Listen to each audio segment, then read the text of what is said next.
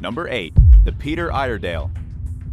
Visitors to the northern part of Oregon's Pacific coast have been able to witness an aging shipwreck rot for over 100 years. The Peter Eyerdale, a 275-foot steel-hulled sailing ship, was making its way towards the coast in the early hours of October 1906 when the captain, H. Lawrence, spotted the Tillamook Rock lighthouse.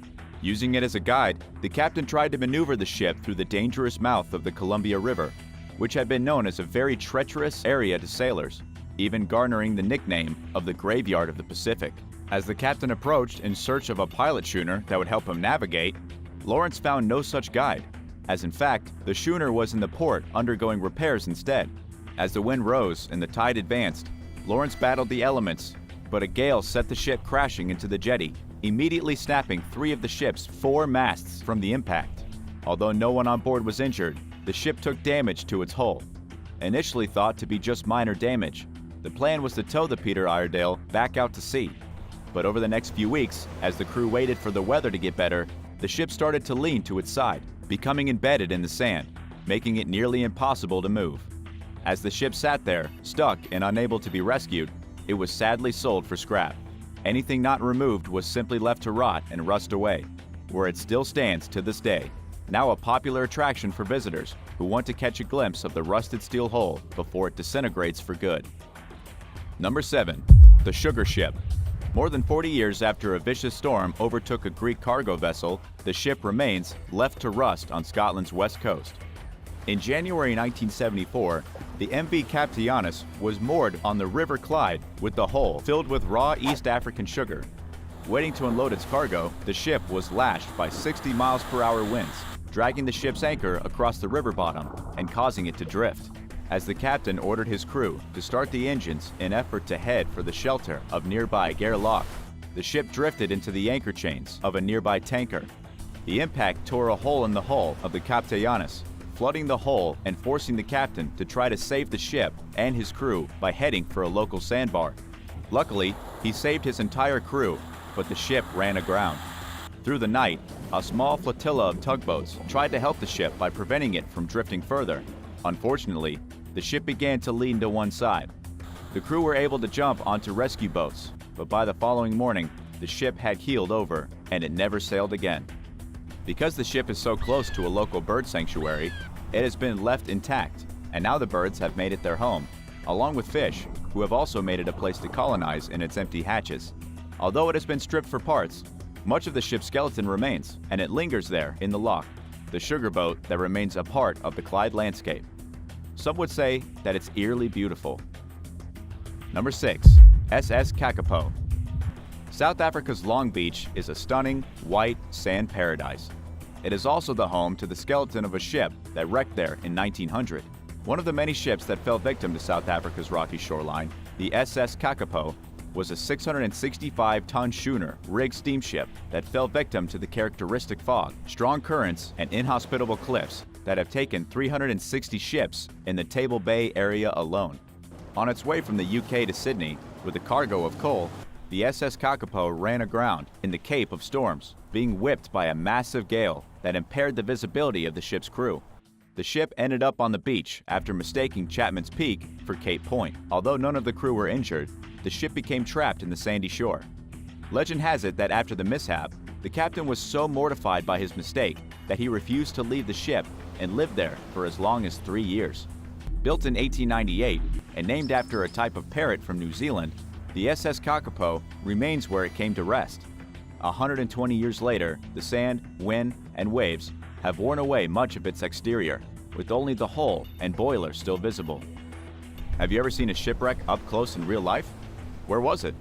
What was it? Tell me about your experience in the comments below. Then remember to subscribe to American Eye if you haven't already for more intense videos just like this one. Number 5. Edward Bolan. The SS Kakapo isn't the only ship to fall victim to the conditions of South Africa's coast. The beauty of the white sand beaches can't be denied, but neither can the sometimes dangerous conditions of the surrounding waters, where many ships remain after wrecking. Tourists can even travel what is known as the Shipwreck Trail to view the Cape of the Storms, where multiple rusted and rotting hulls remain. One of the most well-known wrecks is that of the Edward Bolan. The reason it gets so much attention over the other wrecks is its location. It appears stranded in the middle of the desert. A German cargo ship that ran aground went on its way to Table Bay. The ship now lies about a quarter mile from the shoreline. Overtaken by sand, the ship ran into trouble in 1909 due to the thick fog that resulted in the ship losing its way and running around at Conception Bay. Now partially buried, it has become one of the most photographed wrecks for the stark contrast in its rusted hull and its location offshore instead of submerged in the water like most wrecks. The Skeleton Coast certainly lives up to its name, with so many storied shipwrecks lost to the conditions and now left as a reminder of the danger of the world's oceans. Let's just say I wouldn't go for a boating trip there if I weren't with a really experienced sailor or two. Number 4. HMVs Cberus. A breakwater ship that served as part of the Victorian Naval Forces in Australia, the HMVs Cberus rests off the coast as a rusting scrap almost 90 years after it was last set sail.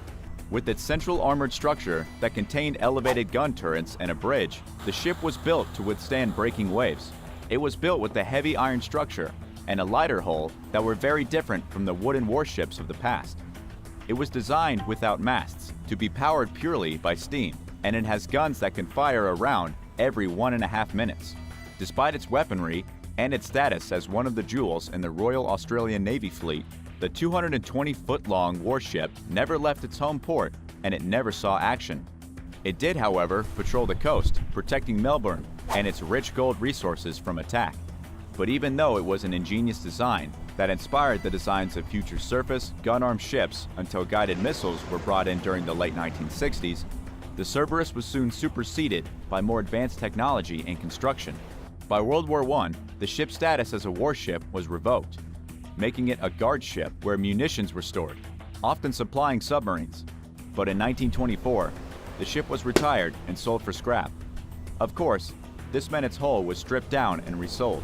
Then it was scuttled in Half Moon Bay to serve as a breakwater to protect the coast from devastating waves. Even after being stripped down to nothing, it's still serving its purpose by protecting the coast where it once sailed. There's something poetic, if a bit sad, about that ending to this ship's story, don't you think? Number 3. SS Mahino. In 1905, the SS Mahino was built in Scotland as part of the fleet for the New Zealand Union Steamship Company. The first turbine steamer to cross the Pacific Ocean, the 5,000-ton ship transported passengers between Auckland and Sydney until it was commissioned during World War I into a hospital ship. It served in that capacity until after the war, when it resumed commercial services. In fact, it was actually bought by a Japanese company. As the ship left Sydney in the summer of 1935, bound for Osaka, it ran into a severe cyclone. The tow line from the ferry that had been transporting the ship was severed, and without her rudders, which had been removed for towing, the Mahino drifted, washing ashore on Fraser Island's 75-mile beach. In an attempt to save the ship, she was stripped of her bearings, but any attempts to refloat the ships to resume her journey failed. Realizing she was a lost cause, the owner put the ship up for sale, but with no takers. She was left where she sat, abandoned. Between 1856 and 1935, some 23 wrecks have occurred in that area.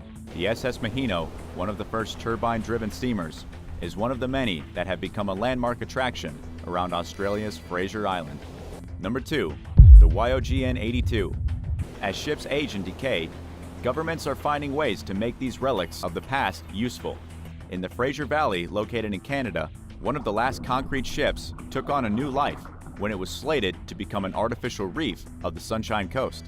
Built during the Second World War, the YOGN 82 ship was made with reinforced concrete, along with 9 other American wartime vessels purchased by the Catalyst Paper Mill in the 1960s. They were initially used as a breakwater to protect the mill's log pond. Part of the Powell River seascape for years, the barges were built with concrete because at the time there were steel shortages, which led to the U.S. military ordering a small fleet of ocean-going concrete ships and barges. Constructed in California in 1944, the YOGN 82, which stands for Yard Oiler Gasoline, had no engines. One of 10 ships purchased by the company, the ships remained useful for years, but as mill production decreased, the need for so many ships dropped off too. When the company started working with the local Artificial Reef Society in British Columbia, they came up with the idea to make the ships more environmentally friendly after their inevitable retirement. The plan took shape, and the fate of the ships as an artificial reef was sealed. After finding the perfect spot on the seafloor that could accommodate the massive wreck, the YOGN-82, along with 3 other ships, were prepared, making sure there was no asbestos, lead, or other pollutants left behind before they were loaded with explosives and sunk. Luckily, concrete is one of the best materials for artificial reefs, with animals and other sea life making it their habitat quickly. In the case of YOGN-82, it took about 11 minutes for the ship to sink, and it remained upright all the way to the seafloor. Only half an hour after its sinking, sea urchins had already attached themselves to her deck, and scuba divers can now visit the site to see how the vessel has taken on a new role as something beneficial to the local sea life. Now this is a shipwreck I'd love to check out for myself. How about you? And number 1, the Fathom 5 Marine Park. East of the Bruce Peninsula in the Canadian province of Ontario, the Fathom 5 National Marine Park is home to 20 islands, tons of fish, and more than 20 shipwrecks that are visible from the surface. Known as the shipwreck capital of Canada, the area has some ships that date as far back as the mid-1800s, with some available for snorkeling, diving, and via glass-bottom boat tours. The park gets its name from Shakespeare's famous play, The Tempest, and it is home to Big Tub Lighthouse, built in 1885 and which played an important role guiding ships through the waters of Lake Huron and Georgian Bay. Evidence of the dangers of sailing on the Great Lakes, the shipwrecks lie in narrow channels in shallows that made it a treacherous journey for traders. At the time, schooners with massive masts were bringing supplies to developing lumber towns along the shorelines.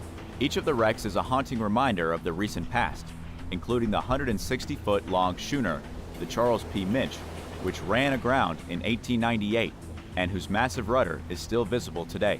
An even larger wreck, the W.L. Westmore, is only 32 feet deep, making it popular with divers who want to get up close and personal to get a look at the remaining chains and deck fittings. Submerged near the park's islands, which were formed about 400 million years ago, the wrecks offer a glimpse into the past. Surrounded by imposing cliffs, known as flower pots, these schooners, barges, and steamers are some of the oldest and most well-preserved wrecks in Canada.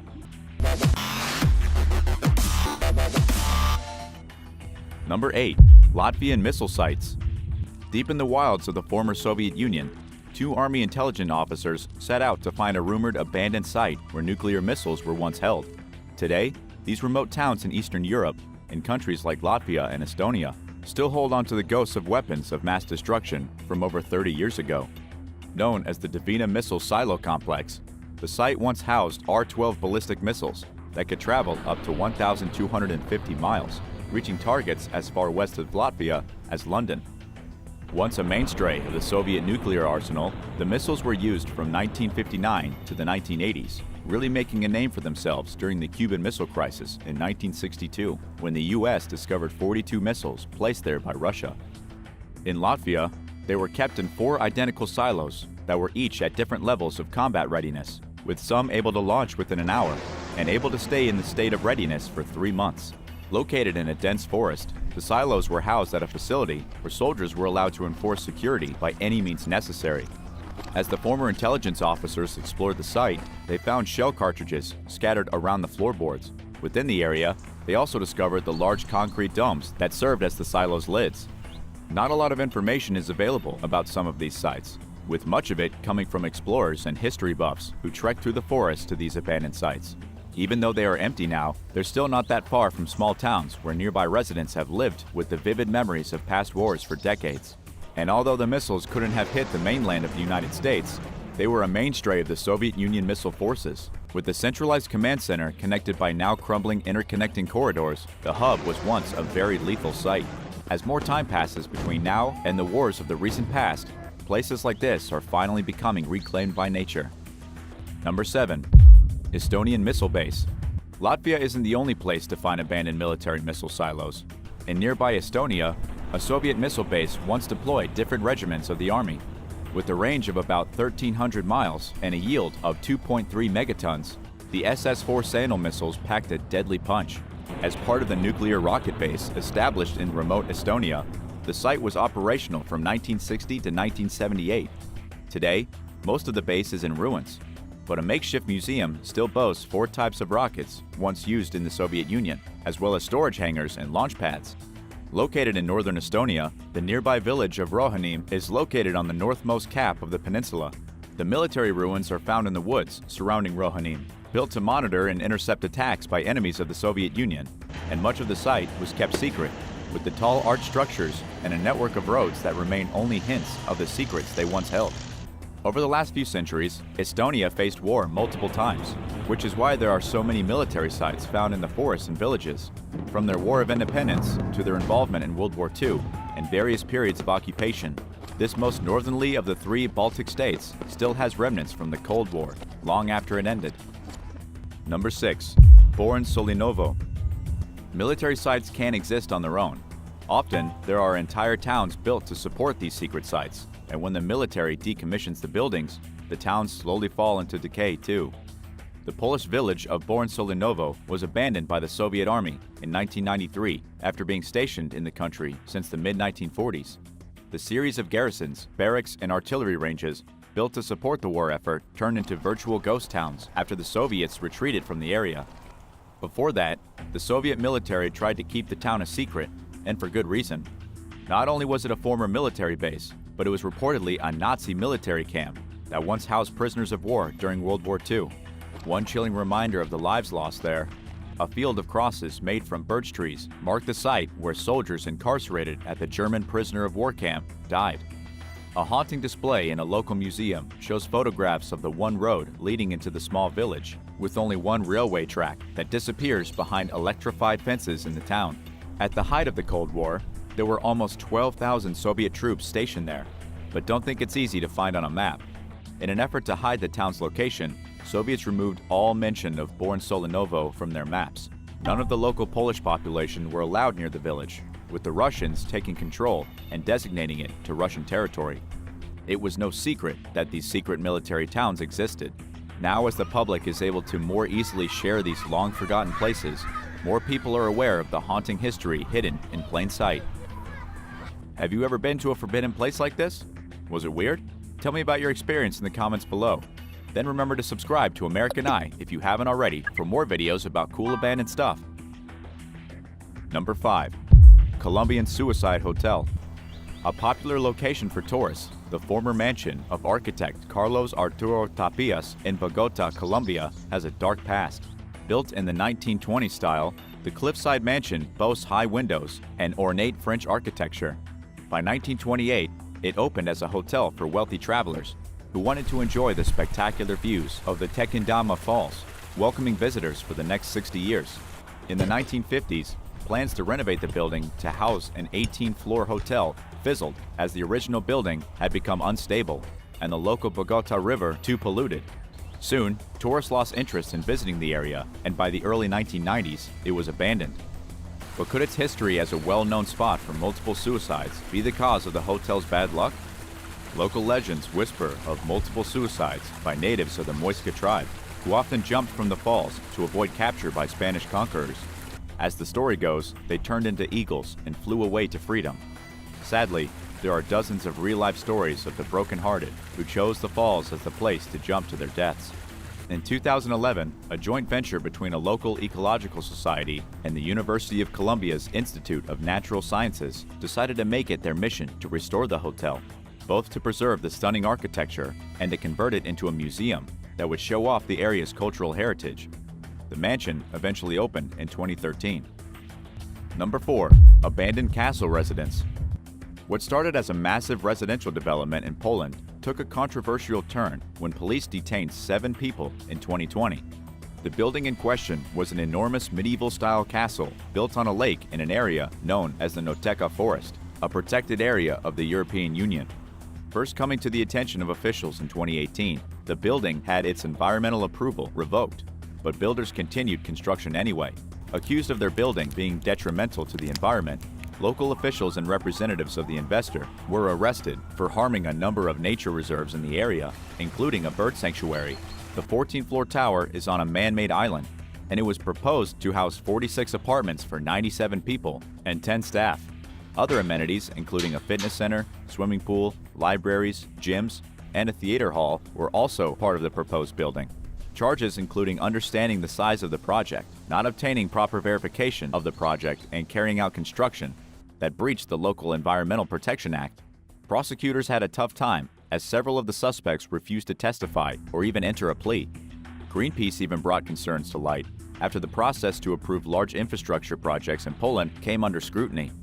To make matters even more complicated, one of the authors of the environmental study that originally approved the project ended up being appointed as a board member of another company founded by the investment firm.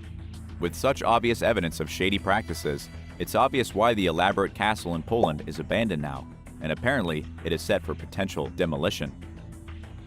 Number 3. Derelict Castle Mansion. What started as a residence and an art studio in Poland has turned into a striking example of abandoned architecture. In 1984, a Polish sculptor was given the go-ahead to build a residence and art studio, and from the looks of it, he ran with the idea. While most other abandoned places get that way after years of neglect, Łopolica was never completed. The construction, though, is breathtaking, but its beauty is more than skin deep. There is meaning to every aspect of the sprawling structure, with 365 windows said to represent the days of the year, and 52 rooms symbolizing the number of weeks in a year.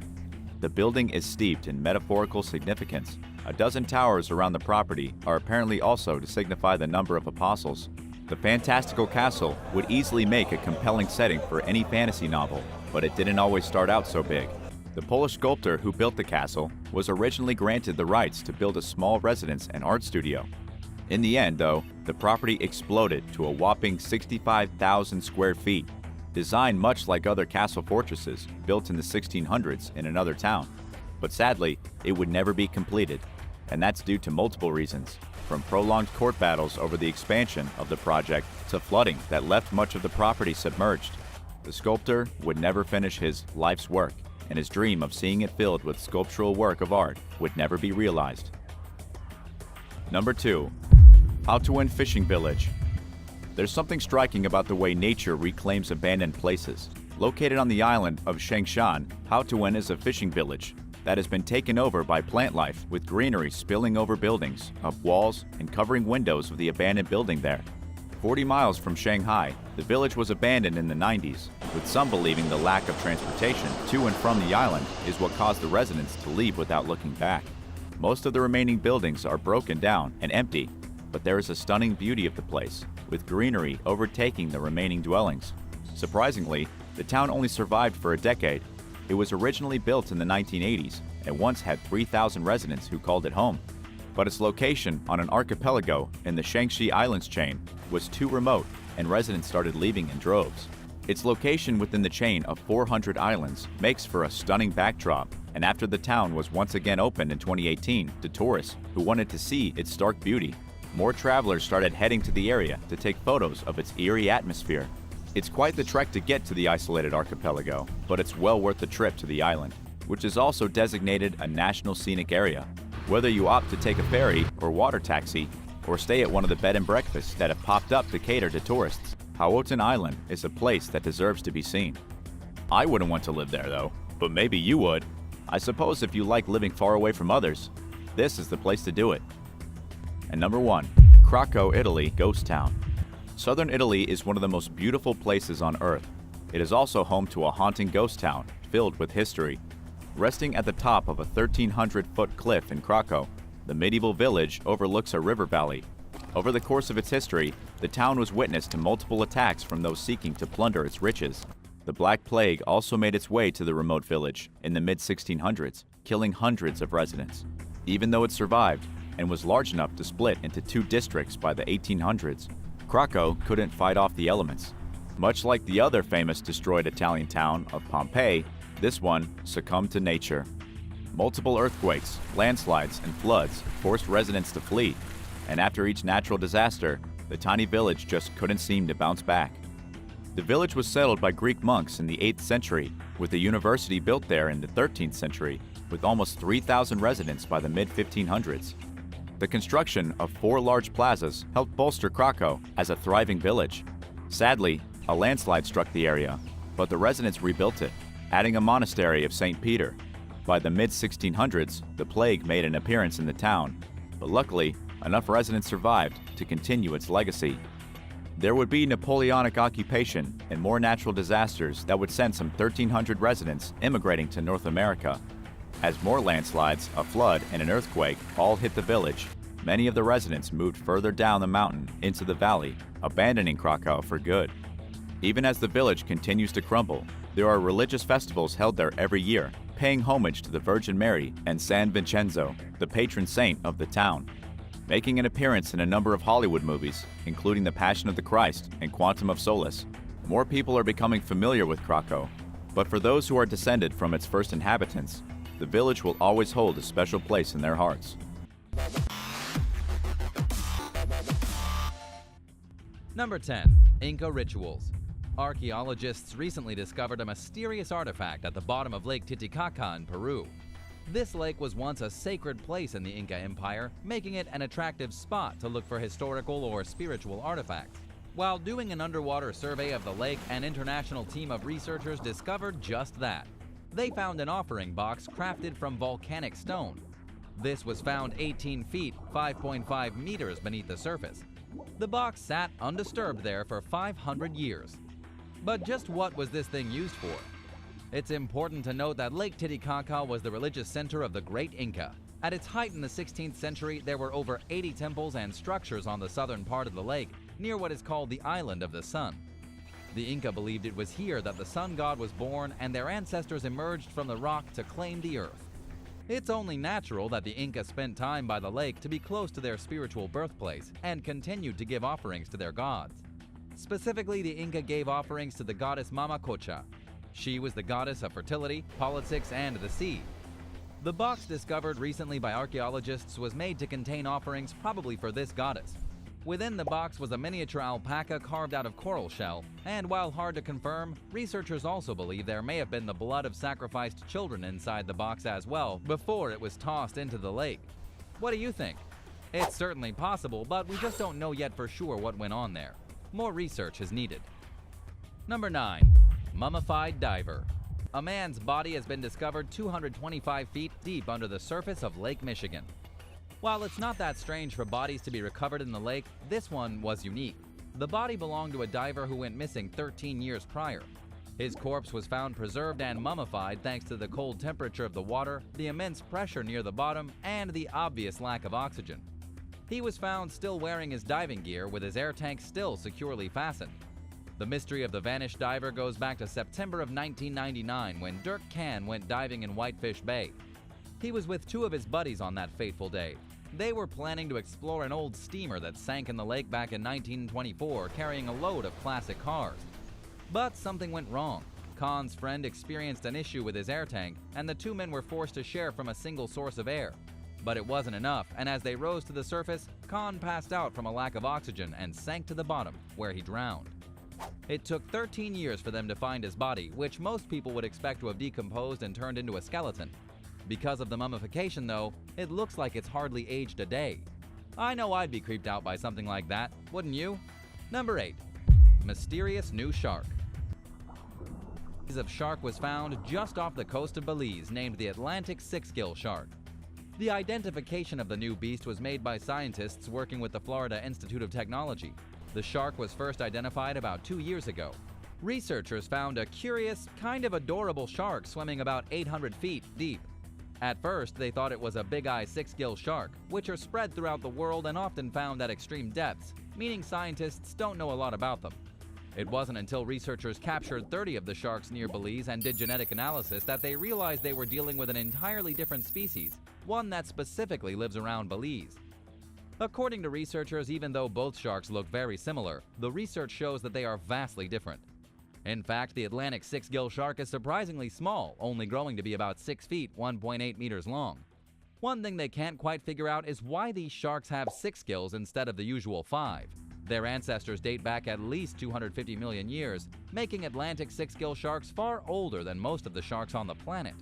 Why they evolved to be so different is still quite the mystery. Number 7. Plane crash wreckage.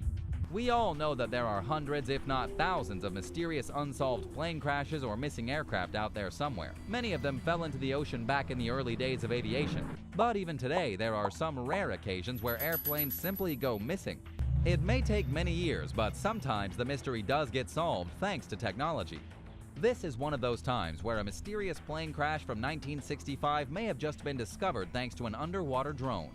This aviation mystery goes back 56 years to when a four-seater plane crashed somewhere in the area around Folsom Lake and was never seen again.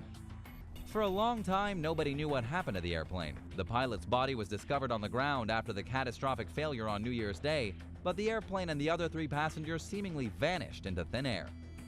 Now, a giant chunk of wreckage was found by new sonar mapping technology at the bottom of Folsom Lake. The images taken of the wreckage exactly match the plane that crashed in 1965. Unfortunately for those who went to investigate the evidence in person, it sank to the deepest part of the lake, under about 160 feet water. To get this thing out of the lake will be quite the battle. Then on top of that, there's the issue of recovering the skeletons of the deceased, assuming they're still strapped in their seats. Number 6. Secret Underwater City. Archaeologist Mate Parica was checking out satellite images of the Croatian coastline when he spotted something strange. Parica is a professor at the University of Zadar. He's not just some internet dweller looking for hidden secrets on Google Earth. He found a shallow area on the seabed that appeared to have traces of ancient ruins. So he went with a colleague to the place on the map with scuba gear and dove down to check it out. What he found was a lost Neolithic settlement that he believes dates back 6,500 years to 4,500 BC. The settlement was built on a small piece of land that was once connected to the mainland, but sank thousands of years ago. Could this be one of the inspirations for the legend of Atlantis? It's possible that many different ancient peoples had stories of sunken cities passed down by word of mouth, and as they became connected, those legends merged into the tale of Atlantis. What do you think? And as for what the professor found down here, he located the remains of stone walls, ancient stone tools, and other everyday objects used by the ancient people. He even found ceramic objects, which is pretty amazing considering how old the settlement is. Another thing that makes the discovery so strange is that scientists are not aware of any other settlement in the area that dates back so far. It's as if an ancient people built a primitive city on the small island and then vanished for unknown reasons, while the other humans in the area were still living in caves. Number 5. The Shinoku Maru. The wreckage of the Shinoku Maru is one of the creepiest things currently rotting away at the bottom of Truk Lagoon. The ship was crafted in 1939 and then converted during the Second World War by the Japanese Navy into a fleet oiler. This menacing vessel participated in the surprise attack on Pearl Harbor, but was later torpedoed by a United States submarine in August of 1942. Then, during Operation Hailstone, when the U.S. crushed a huge part of the Japanese Navy at Truk Lagoon, the ship sank along with the rest of the fleet. Today, this creepy vessel is about 125 feet below the surface and can only be reached with special diving equipment. Apart from the coral and sea life that now occupies it, the ship is exactly as it was before being sunk, complete with a creepy bathtub and all the other equipment that was on board over 75 years ago. Have you ever gone diving to see any sunken ships? Where? What did you find? Was it scary? Tell me about it in the comments down below. Then remember to subscribe to American Eye if you haven't already for more exciting videos just like this one. Number 4. Lost Civilization. A group of Native Americans, none of whom were credentialed scientists, may have just discovered evidence of a culture from the Ice Age that lived 10,000 years ago, submerged beneath the Straits of Mackinac. That's right, they stumbled upon it unintentionally. The discovery came when the group used a remotely operated underwater vehicle to take a look at the natural gas pipelines underwater at the bottom of the lake. But way more interesting than the pipelines was the collection of stones found on the lakebed arranged in a circular pattern like an ancient stone circle. The stones had obviously been placed strategically by hand, but how could that have been possible? The stone circle is at the bottom of a lake. The only thing that makes sense is that some prehistoric culture put the stones there before the lake was filled with water, meaning before the Ice Age ended. They haven't actually managed to go down there and look yet for artifacts. Still, the group is certain something cool is waiting for them at the bottom of the lake. It's unclear which culture is responsible for the stone circle or what kind of other structures may be hidden. But one thing's for sure. A group of ancient people definitely lived in the area, perhaps a civilization previously unknown to science. Number 3. Medieval Warrior. A medieval soldier has been found at the bottom of a lake in Lithuania, still equipped with his weapons of war. The skeleton of this warrior was discovered during an underwater inspection of a local bridge. The researchers were shocked when they found the decomposed body of a person poking out of the sand, along with his rusted sword and a pair of knives. According to archaeologist Elena Prankenite, there were no signs that the man was buried. Instead, his corpse had simply been tossed into the lake and gradually covered over with sand and silt. Here's what we know so far. The warrior died in the 16th century, though no cause of death has been reported. Judging by the artifacts found near the body, he had a high military status. He's also the first soldier corpse ever to be found underwater in the country of Lithuania. One of the theories as to how he got there is that he fell off the bridge in ancient times, because back in the 16th century, there had been a much older bridge leading across the lake to a castle. The warrior may have been on his way to or from the castle when he either stumbled off the bridge and drowned, or he could have been stabbed in the back and thrown over. Number 2. Hitler's gold. Depending on who you ask, there's a treasure of Nazi gold at the bottom of a Polish lake. Explorer Peter Eyerdale has been looking for the gold for years. He now believes that he's located it. The only trouble he's having is getting to the bottom of the lake to reach his treasure. There's been a legend ever since World War II that a Nazi convoy filled with gold and stolen art was lost in 1945 after setting off from the nearby city of Görlitz. The trucks left the city and were never seen again. Many believe they ended up at the bottom of a lake, but nobody could say which one. Now, Peter has used a special radar to look deep into an undisclosed lake about 90 miles from Görlitz. The radar revealed a large steel object which could be one of the trucks stacked to the ceiling with gold. The only thing he needs to do now is dive down and get it, which is easier said than done. It'll cost him a fortune to organize the expedition, and in the end, there may not even be any gold there. If you were Peter, would you spend time trying to find the gold, even if there was the risk of turning up nothing? Or would you ignore it as a ridiculous daydream? Let me know in the comments down below. Number 1. Ancient obsidian. A team of underwater archaeologists have discovered stone tools at the bottom of Lake Huron that date back 9,000 years. Researchers with the University of Texas at Arlington were the ones to find the artifacts, which they say came from an obsidian quarry roughly 2,000 miles from the lake in the middle of Oregon. These tools are the oldest things crafted from obsidian anywhere in the eastern United States. But the tools themselves aren't the most interesting part of the mystery here. 9,000 years ago, bringing stone tools this far was quite a feat. Archaeologists are suggesting that the stone tools are proof of an extensive trade network across North America even before the first American city was ever built. Obsidian remained a precious trading material for thousands of years because of its sharpness. Obsidian is volcanic glass and it's really great at cutting. But before now, researchers hadn't imagined that there was a trading route dating back so far. There was likely a quarry somewhere in Oregon which traded the obsidian to a roaming band of early humans, who then traded it to whomever was living in Lake Huron before it was a lake, and these ancient unknown people then left behind their broken obsidian tools for archaeologists to find today. Which of these amazing underwater discoveries surprised you the most? Let me know in the comments down below. Thanks for watching, and don't forget to hit subscribe for all the best videos right here on American Eye.